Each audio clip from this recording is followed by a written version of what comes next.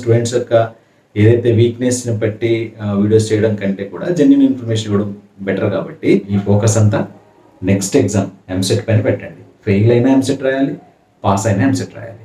ఒక్క subject fail అయిన వాళ్ళు ఎంతమంది లేరు చెప్పండి. మీరు ఒకసారి ప్రాక్టికల్గా థింక్ చేయండి. మీ సీనియర్స్ కానీ అండ్ అఫీషియల్గా ఇటు ఆంధ్రప్రదేశ్ ఇంటర్మీడియట్ బోర్డు కానీ తెలంగాణ ఇంటర్మీడియట్ బోర్డు కానీ ఎలాంటి అనౌన్స్మెంట్ ఇవ్వలేదు ఇంకా. హాయ్ హలో స్టూడెంట్స్, అందరికీ గుడ్ మార్నింగ్. ఈరోజు మన వీడియోలో తెలంగాణ మరియు ఆంధ్రప్రదేశ్ రాష్ట్రాలకు సంబంధించి intermediate latest updates. Hi hello students, ఈరోజు మన వీడియోలో తెలంగాణ మరియు ఆంధ్రప్రదేశ్ స్టేట్కి సంబంధించిన ఇంటర్మీడియట్ రిజల్ట్స్ పైన చాలా రూమర్స్ అయితే క్రియేట్ అవుతున్నాయి. వాటికి సంబంధించి అప్డేట్ ఇవ్వడం కోసం ఇది వీడియో చేస్తున్నాను. సో మనం చూస్తున్నాం, నిన్న ఈవినింగ్ లైవ్ పెట్టినప్పుడు కొంత ఇన్ఫర్మేషన్ ఇచ్చాను. అది సడన్గా లైవ్ అయితే ఇంటరప్ట్ అయింది. అది ఛానల్లో కొన్ని ఇష్యూస్ వల్ల. బట్ ఆ విషయాన్ని చాలా మందికి రీచ్ అవ్వలేదు కాబట్టి ఈ వీడియో అయితే చేస్తాను అనమాట.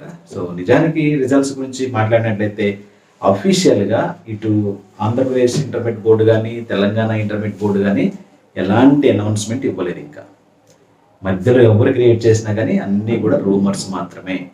అవన్నీ కూడా నమ్మకండి మీరు, ఓకేనా. ఇంటర్మీడియట్ బోర్డు ద్వారా వచ్చేటువంటి కంటెంట్ ఏదైతే న్యూస్ ఉందో అది మాత్రమే బిలీవ్ చేయండి. ఈలోపు చాలామంది యూట్యూబర్స్ చాలా థంబ్నెయిల్స్ పెట్టి రిజల్ట్స్ పైన వీళ్ళు ఇంతమంది పాస్ అయ్యారు, ఇంతమంది ఫెయిల్ అయ్యారు, నెక్స్ట్ ఎవరెవరు పాస్ అయ్యారు, ఎవరెవరు ఫెయిల్ అయ్యారు, 25 వస్తే పాసు, 35 వస్తే పాసు, 20 వచ్చిన ఇలాంటివన్నీ మీరు అసలు నమ్మకండి.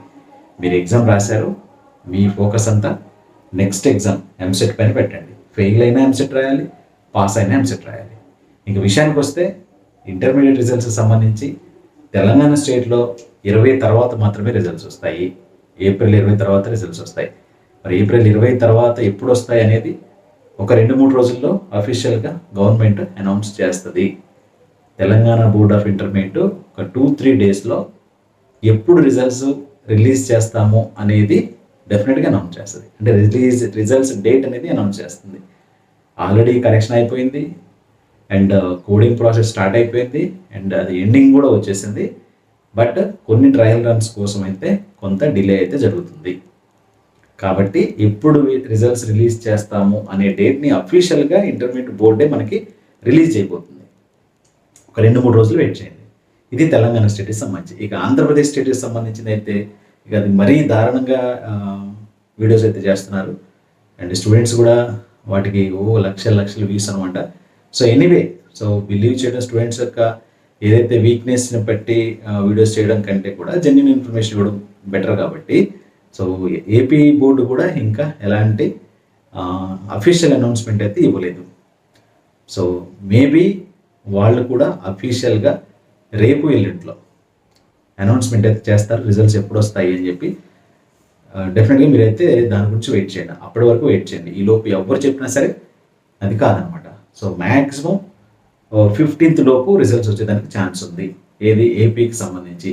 ఇన్ కేసు డిలే అయితే మాత్రం తెలంగాణకి ఏపీకి పెద్దగా తేడా ఉండదు ఏది రిజల్ట్స్ విషయంలో. వస్తే 15th లోపు ఏపీ రిజల్ట్స్ వస్తాయి. దానికి సంబంధించిన అఫీషియల్ అనౌన్స్మెంట్ కూడా ఈ 2 రోజుల్లో వస్తుంది, ఓకేనా. ఏది రంజాన్ తర్వాత రోజైనా సరే రిజల్ట్ అప్డేట్ వస్తుంది అఫీషియల్గా బోర్డు నుంచి. లేదు అంటే మాత్రం తెలంగాణ స్టేట్ ఏదైతే ఏప్రిల్ 20 తర్వాత రిజల్ట్స్ రిలీజ్ చేస్తుంది అనేది ఉందో దానికి సంబంధించినటువంటి ఆ డేట్స్లోనే ఏపీ రిజల్ట్స్ కూడా లేట్ అయ్యేదానికి ఛాన్స్ ఉంది. ఏపీ ఆల్మోస్ట్ కంప్లీట్ అయింది, అన్నీ కూడా కోడింగ్ డీకోడింగ్ అన్నీ కూడా అయిపోయినాయి అండ్ రిజల్ట్స్ కూడా ట్రయల్ రన్స్ నడుస్తూ ఉన్నాయి. బట్ డిలే అనేది ఎందుకు జరుగుతుంది అనేది వాళ్ళు ఒక ఇంటర్వ్యూ పెడతారు, పేపర్ అనౌన్స్మెంట్ ఇస్తారు, మీడియాని పిలిచి చెప్తారనమాట. అప్పుడు అఫీషియల్ డేట్గా మీరు యాక్సెప్ట్ చేయండి, ఓకేనా. దయచేసి మీరందరూ కూడా నెక్స్ట్ ఎగ్జామ్స్కి ఎవరైతే బాగా రాయలేదు అనుకుంటున్నారో డెఫినెట్గా మీరు చదవాల్సిందే, ఓకే. ఎవ్వరు కూడా పాస్ చేయరు, ఉత్తిగా పాస్ చేయరు. అంటే నేను చెప్తుంటే కొంచెం మీకు ఇబ్బందిగా ఉండొచ్చేమో కానీ 20 మార్కులు వస్తే 35 మార్కులు వేయరు. 21 మార్కులకి 18 మార్కులు వస్తే 17 మార్కులు వస్తే ఛాన్సెస్ ఉన్నాయి పాస్ చేయడానికి. 10 మార్కులే వస్తే మిగతా 5 సబ్జెక్టులు రాశాను మంచిగా, ఇందులో 10 వస్తాయి, నాకు 21 వేస్తారా అంటే వేయరు. అలాంటివి కొన్ని ప్రాక్టికల్గా కూడా మీరు ఆలోచించాలి. ఎవరు ఏది చెప్పినా బిలీవ్ చేయకండి. చాలామంది 5 సబ్జెక్టులు పాస్ అయితే 6వ సబ్జెక్ట్ ఫెయిల్ అయితే మిమ్మల్ని పాస్ చేస్తారు అని చెప్తున్నారు. అది రాంగ్ గైడెన్స్ అనమాట. ఒక్క సబ్జెక్ట్ ఫెయిల్ అయిన వాళ్ళు ఎంతమంది లేరు చెప్పండి. మీరు ఒకసారి ప్రాక్టికల్గా థింక్ చేయండి. మీ సీనియర్స్ కానీ అండ్ మీ జూనియర్స్ కానీ ఒక్క సబ్జెక్ట్లో ఫెయిల్ అయిన వాళ్ళు లేరా? మరి వాళ్ళు ఎందుకు ఫెయిల్ అయ్యారు? అన్ని 5 సబ్జెక్టులు పాస్ అయ్యి ఒక సబ్జెక్ట్ ఫెయిల్ అయితే దాన్ని కూడా పాస్ చేస్తారని చెప్తున్నారు కదా, అది ఎలా మీరు బిలీవ్ చేస్తారు? అలాంటివి అసలు నమ్మడానికి చాలా దూరంగా ఉంటాయి అన్నమాట. సో మీరు కొంచెం ప్రాక్టికల్గా వచ్చి థింక్ చేయండి. ఎవరైనా బాగా రాయలేదనిపిస్తే చదవండి.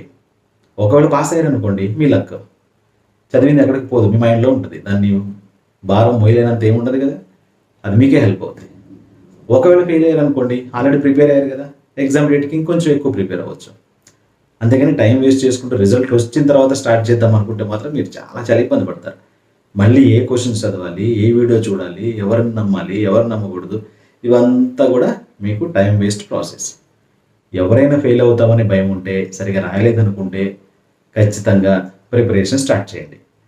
మీకు ఏ సబ్జెక్టుకి సంబంధించిందైనా సరే, సైన్స్ గ్రూప్లకు సంబంధించింది మన ఛానల్లో వీడియోస్ చేయడం జరిగింది. దానికి సంబంధించినటువంటి వీడియోస్ చూడండి. మొన్న ఐపీకి చేసిన వీడియోసే మీకు రేపు సప్లిమెంటరీ రాసినా, ఇంప్రూవ్మెంట్ రాసినా అవే videos. And first year students కూడా ఇంప్రూవ్మెంట్ కోసం సంబంధించి సేమ్ అవే వీడియోస్ ప్రాక్టీస్ చేయండి, మీకు ఎక్కువ మార్కులు వస్తాయి. ఫెయిల్ అవుతాం అనుకున్న స్టూడెంట్స్ కూడా అవే వీడియోస్ ప్రాక్టీస్ చేయండి, డెఫినెట్గా 100% పాస్ అవుతారు. ఇంకా ఇంప్రూవ్మెంట్, సప్లిమెంటరీ, రీవెరిఫికేషన్, రీవాల్యుయేషన్ అంటే అది సెకండరీ. ఓకేనా? సో ఎంత ఫీజులు కట్టాలి ఏంటి అనేది ఇప్పుడు ఏం అవసరం లేదు. మీకు రిజల్ట్ అనౌన్స్ అయిన రోజే దేనికి ఎంత ఫీజు కట్టాలో కూడా అనౌన్స్ అవుతుంది. ఎగ్జామ్ డేట్స్ కూడా అప్పుడే అనౌన్స్ అవుతాయి, సప్లీ కానీ ఇంప్రూవ్మెంట్ కానీ. ఫీజులు అప్డేట్స్ కూడా అప్పుడే వస్తాయి. రీవెరిఫికేషన్, రీవాల్యుయేషన్ పెట్టుకోవాల్సిన దానికి సంబంధించి కూడా అప్డేట్స్ అప్పుడే వస్తాయి. దాని గురించి మీకు ఇప్పుడేమి బాధరింగ్ అబౌట్ ఏం అవసరం లేదు. అండ్ అలాగే ఎవరైతే ఎంసెట్కి ప్రిపేర్ అవుతున్నారో, మన మొబైల్ యాప్ ఉంది మీకు తెలుసు, ప్రసాద్ సార్ ఫిజిక్స్ క్లాసెస్ అని. దానిలో 300 రూపాయలకి మీకు కోర్స్ అయితే ఇవ్వడం జరుగుతుంది. అందులో ఓన్లీ పీడిఎఫ్సే ఉంటాయి అన్నమాట. Physics and chemistry chapter wise MCQs with solutions. చాలామంది సొల్యూషన్స్కి వచ్చేసరికి ఏబిసి అలా ఇస్తారు సొల్యూషన్, ఒకటో దానికి ఏ, రెండో దానికి బి, అట్లా ఆన్సర్స్ ఇస్తారు. బట్ ఇక్కడ విత్ హింట్స్ అనమాట. హింట్స్ అంటే సొల్యూషన్ చేసి ఉంటుంది అక్కడ, దాన్ని బేస్ చేసుకొని మీరు ప్రాక్టీస్ చేయొచ్చు. ఒక్కొక్క చాప్టర్లో కనీసం 10 నుంచి 20 ప్రాబ్లమ్స్ చేసినా మీరు హైయెస్ట్ మార్క్స్ గెయిన్ చేయొచ్చు in physics and chemistry. And అలాగే మ్యాథ్స్కి సంబంధించి ఫండమెంటల్ బేసిక్ ఏవైతే ఫార్ములాస్ ఉన్నాయో అవి అప్లోడ్ చేయడం జరిగింది.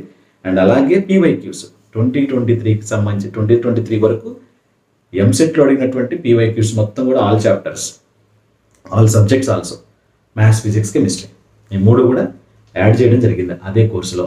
సో మీరు ఆ 300 రూపాయలకి ఇవన్నీ కూడా తీసుకోవచ్చు. ఓకేనా? ఇంట్రెస్ట్ ఉంటే కింద మొబైల్ యాప్ డౌన్లోడింగ్ లింక్ ఉంటుంది, ప్లే స్టోర్ నుంచి డౌన్లోడ్ చేసుకోవచ్చు. ఓన్లీ 30 MB మాత్రమే మీకు ఖర్చు అవుతుంది. డౌన్లోడ్ చేసుకోండి. అక్కడ ఫ్రీ మెటీరియల్స్ కూడా చాలా ఉంటాయి. ఫెయిల్ అయ్యే స్టూడెంట్స్ కూడా ఫ్రీ మెటీరియల్స్ మీకు పైన 3 డాట్స్ ఉంటాయి. 3 డాట్స్ మీకు క్లిక్ చేస్తే ఫ్రీ మెటీరియల్స్ కనబడుతుంది. దాన్ని క్లిక్ చేసిన తర్వాత మీకు అన్ని సబ్జెక్ట్ వైజ్గా ఫ్రీ పీడిఎఫ్స్ ఉంటాయి. డౌన్లోడ్ చేసుకోండి, ప్రాక్టీస్ చేయండి, టైం వేస్ట్ చేయొద్దు. ఓకే? ఎంసెట్ ప్రిపేర్ అయ్యారు మాత్రం కొద్దిగా ఫోకస్ పెట్టండి.